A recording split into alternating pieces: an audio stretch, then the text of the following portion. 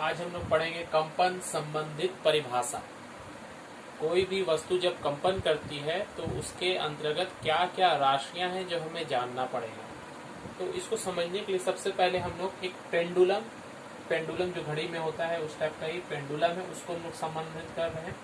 उसको एक दीवार के सहारे लटकाया गया है। जब वो स्थिर रहे, कंपन ना करे, तो जो बीच में जब लटका रहता है तो उससे हम लोग क्या कहते हैं, मध्यमान स्थिति, मध्य की स्थिति या मध्यमान स्थिति, मीन पोजीशन। ये मीन पोजीशन पे है। आयाम क्या होगा, जब हम इसे कंपन कराएंगे तो कंपन का मतलब क्या होता है देख लीजिए। इसे किसी एक तरफ खींचकर छोड़ देने पर ये कंपन करना शुरू होता है। अगर हम यहाँ पर लाकर छोड़े तो यहाँ से कंपन स्टार्ट हो रहा है, तो ये यहाँ पर गया और फिर वापस आया, तब जाकर एक कंपन होगा। कंपन करने का मतलब है जिस स्थान से वो गया उस स्थान पर वापस आएगा, तब जाके एक कंपन होगा। तो ये मैक्सिमम जितना दूर मीन पोजीशन से जितना दूर तक हम इसे लेकर गए हैं और जितना दूर तक ये जा रहा है, इस मैक्सिमम डिस्टेंस को ही हम लोग आयाम कहते हैं।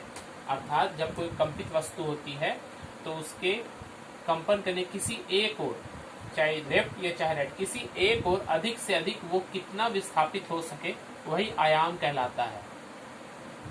सिंपल डिस्टेंस है, तो ज्यादा हार्ड बात नहीं है। आयाम का मतलब है किसी कंपित वस्तु द्वारा अपने मध्यमान स्थिति के एक ही ओर अधिक से अधिक जितना वो विस्थापित हो सके, उसे हम लोग आयाम कहते हैं।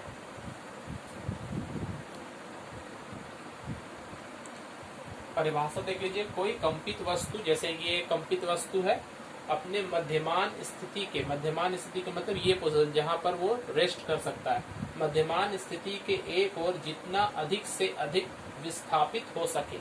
तो किसी एक तरफ, दोनों तरफ मिलाकर नहीं, किसी एक तरफ जितना अधिक से अधिक विस्थापित हो सके। और ये ध्यान रखिए, दोनों तरफ बराबर होता है। जितना इधर विस्थापित होगा, जितना इधर डिस्टेंस कवर करेगा, उतना ही डिस्टेंस इधर कवर करेगा। अगर 2 सेंटीमीटर तो इधर भी 2 सेंटीमीटर ही होगा। अधिक से अधिक विस्थापित हो सके, उसे ही क्या कहते हैं, आयाम कहते हैं। आयाम को हम लोग चूंकि एम्पलीट्यूड ए से होता है तो छोटा ए लिखकर इसे हम लोग समझाते हैं। और सीजीएस सिस्टम में इसकी इकाई सेंटीमीटर, चूंकि दूरी है या विस्थापन कहें, और एसआई में इसकी इकाई है मीटर। तो आयाम को हम लोग ए लिखते हैं, सीजीएस में इकाई सेंटीमीटर है, और एमकेएस या एसआई सिस्टम में इसकी मीटर है। इसके बाद हम लोग अब आवृत्ति के बारे में पढ़ेंगे। आवृत्ति यानी कि फ्रीक्वेंसी।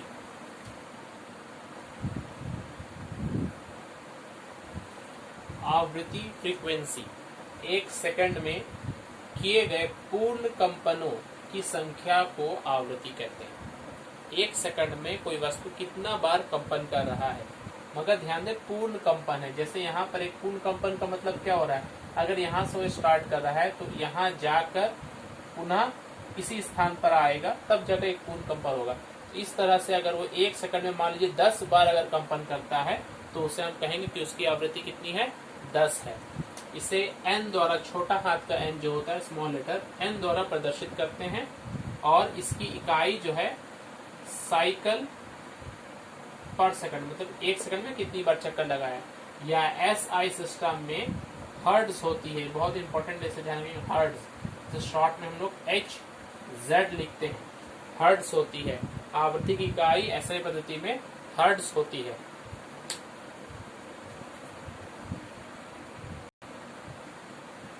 आवर्तकाल या टाइम पीरियड।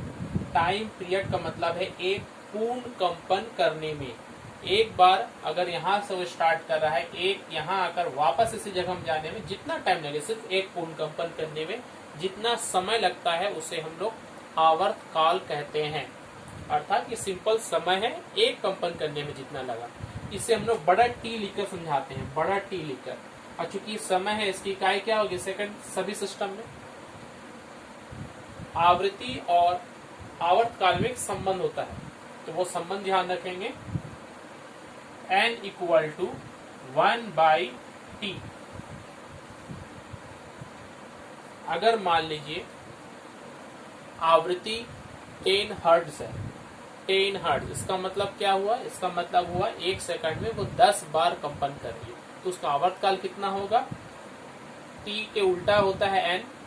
तो अगर n हमें पता है तो t कितना हो जाएगा, t = 1/n, दोनों एक ही जैसा है। 1/n अर्थात 1/10 यानी कि 0.1 सेकंड। इसका मतलब है 10 कंपन करने में अगर 1 सेकंड लगता है तो 1 कंपन करने में कितना समय लगेगा 1/10 यानी कि 0.1 सेकंड। तो ये फॉर्मूला आप लोग याद करेंगे n इक्वल टू 1/t। ये है आवर्तकाल या टाइम पीरियड। तरंग लंबाई या तरंग दैर्ध्य, इंग्लिश में वेव लेंथ, इसका मतलब क्या है?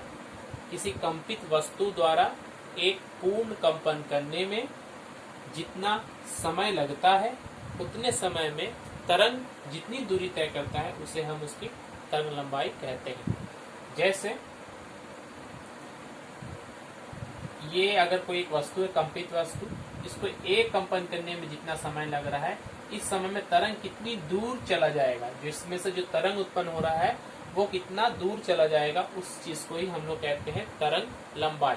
इसे और एक परिभाषा जो हम लोग नेक्स्ट क्लास में डिटेल्स में पढ़ेंगे। तरंग लंबाई को हम लोग ग्रीक लेटर लैम्डा लिख के प्रस्तुत करते हैं। लैम्डा देखिए ऐसे लिखा जाता है, उल्टा वाई की तरह, लैम्डा, थोड़ा सा घुमाएंगे ऊपर, इसे हम लोग लैम्डा कहते हैं, LAMBDA, लैम्डा, लैम्डा, लैम्डा कहते हैं। चूंकि ये एक दूरी है, तय की गई दूरी है ना, तो इसे हम लोग सीजीएस में सेंटीमीटर और एमकेएस में इसकी इकाई हम लोग मीटर कहेंगे।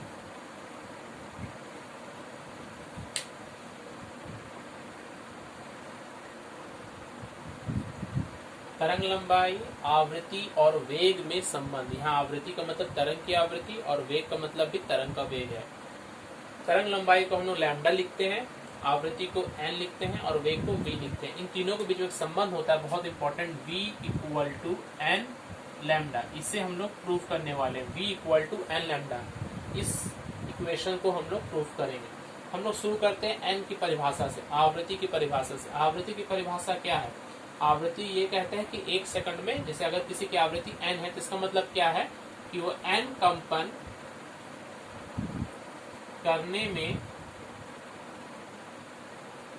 लगा समय इक्वल टू कितना सेकंड? 1 सेकंड। क्योंकि 1 सेकंड में जितने कंपन करते हैं उसे हम लोग आवृत्ति कहते हैं। क्योंकि आवृत्ति इसका n है, अतः n कंपन करने में समय कितना लग रहा है? 1 सेकंड हो रहा है। तो एक कंपन करने में कितना समय लगेगा? 1/n second. एक कंपन करने में लगा समय बराबर 1/n सेकंड। इस एक कंपन करने में जितना समय लगता है उतने समय में तरंग कितनी दूरी तय कर रहा है ये हमें निकालना है। एक कंपन करने में जितना समय लगा है 1/n सेकंड लगा है, और इस तरंग का वेग है v। ध्यान से सुनेंगे, वेग कितना है? v। तो वेग को और समय का जब हम गुना करते हैं तो दूरी निकल जाता है, इसलिए एक कंपन करने में लगा समय द्वारा तय की गई दूरी। कहने का मतलब है कि एक कंपन करने में जितना समय लग रहा है उस समय में तरंग के द्वारा कितनी दूरी तय कर रहे हैं। तो दूरी निकालने के लिए फॉर्मूला हमारे पास क्या होता है? वेग गुना समय। यहाँ पर वेग कितना है? तरंग का वेग है v, और तरंग का समय कितना है? तरंग एक कंपन करने में कितना समय ले रहा है? 1/n second. तो उसको 1/n से गुना करेंगे तो हमारे पास v/n आ जाएगा। ये क्या है? v/n, एक कंपन करने में जितना समय लगता है उतने समय में तरंग के द्वारा तय की गई दूरी। अभी थोड़ी देर पहले हम लोगों ने क्या पढ़ा कि एक कंपन करने में जितना समय लगता है उतने समय में जो दूरी तय करते हैं उसे ही हम लोग तरंग लंबाई कहते हैं। तो ये जो दूरी है यही असल में क्या है? तरंग लंबाई के बराबर है। इसलिए v/n जो है ये तरंग लंबाई के बराबर आना चाहिए। और तरंग लंबाई कितना है हमारे पास? लैम्डा है, तो इक्वल टू लैम्डा, यानी कि v/n इक्वल टू लैम्डा, अर्थात v equal to n lambda. ये एक इक्वेशन बहुत ही इंपॉर्टेंट हमें मिल गया, v equal to n lambda. ध्यान से देखेंगे फिर से, आवृत्ति n, आवृत्ति n का मतलब है n कंपन करने में कितना समय लगता है? 1 सेकंड लगता है, क्योंकि ये आवृत्ति है। अगर हम इसे एक कंपन करने में निकालना चाहेंगे तो चूंकि n में 1 सेकंड लगा तो एक कंपन करने में 1/n सेकंड। अब ये समय हमें मिल गया, समय को जब हम वेग से गुना करते हैं तो हमें दूरी मिलती है। तो समय को हमने वेग से गुना किया तो हमें दूरी मिली v/n, और ये दूरी किसके बराबर होगी? तरंग लंबाई के बराबर होगी। क्यों? तरंग लंबाई का परिभाषा क्या है कि एक कंपन करने में जितना समय लगता है उतने समय में तरंग के द्वारा तय की गई दूरी को हम लोग तरंग लंबाई कहते हैं। इसलिए v/n इक्वल टू लैम्डा, और v/n इक्वल टू लैम्डा, और v equal to n lambda. इसका मतलब क्या संबंध निकला? वेग बराबर आवृत्ति गुना तरंग लंबाई।